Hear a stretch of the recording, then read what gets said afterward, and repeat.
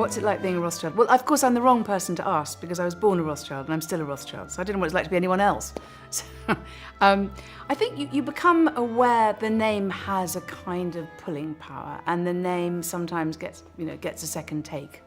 And when I was younger, I found that very off-putting, because I didn't feel that I lived up to this extraordinary reputation. I didn't live up to the magnificence.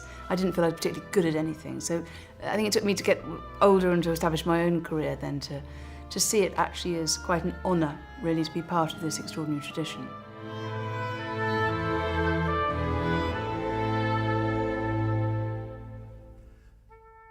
The story really begins in Frankfurt, in the Jewish ghetto in the city, and the name Rothschild comes from the name of the house of their ancestors, which was the House of the Red Shield.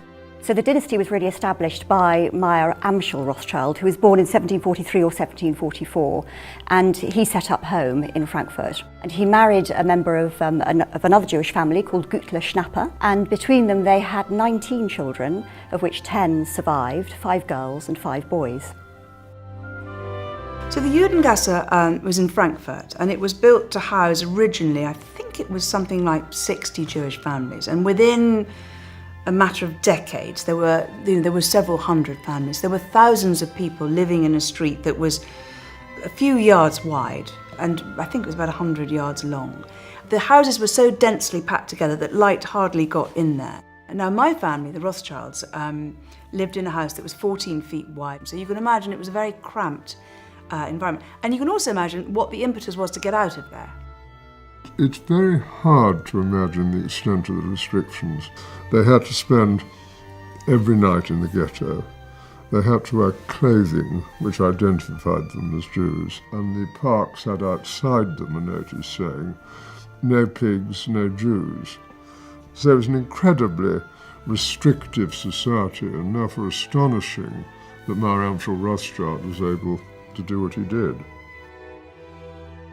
Jews were allowed to deal in coins, and coins were a big thing at that time because you had so many small states in Germany and elsewhere that they were collected. And somehow Meyer Amschel Rothschild became friendly with the Prince of Hesse and succeeded in first selling him coins, and then he was formally appointed as the coin advisor to the Prince of Hesse. So that was the big breakthrough. The business really expanded when Meyer Amschel brought his 5 sons into the family firm.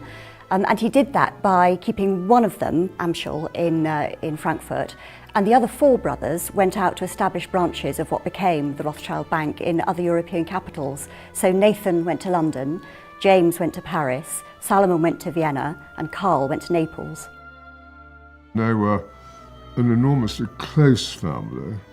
They, in effect, escaped from the ghetto to those 5 capitals in Europe. And it was really the first time that there'd been a family that worked within a European community.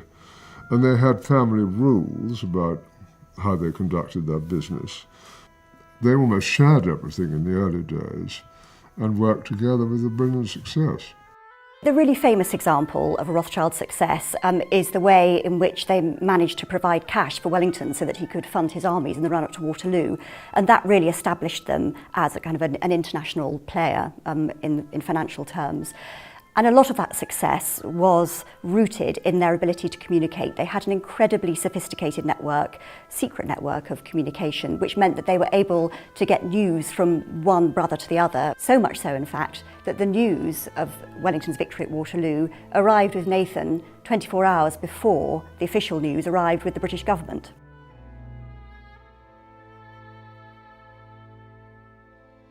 By the middle of the 19th century, the Rothschilds become established members of British society. They were involved in finance and politics, and Nathan's son Lionel in 1847 was elected as MP for the City of London, but he wasn't, as a practising Jew, allowed to take his seat in Parliament for another 11 years until 1858, when an act was passed removing the bar to Jews taking the oath of allegiance. Lionel's son Natty was also very involved in politics. He gave advice to the government on financial matters, and in 1885 he was made the first Lord Rothschild, the first Baron Rothschild of Tring, and in doing so he became the first Jewish peer to take a seat in the House of Lords, following in his father's footsteps, I guess, within the political arena. There's an assumption that most Rothschilds are bankers, because of course that's what we were known for, and of course that's how our fortune was made. But over the centuries we've diversified, and so my grandfather Victor and my great aunt Miriam were very, very distinguished scientists.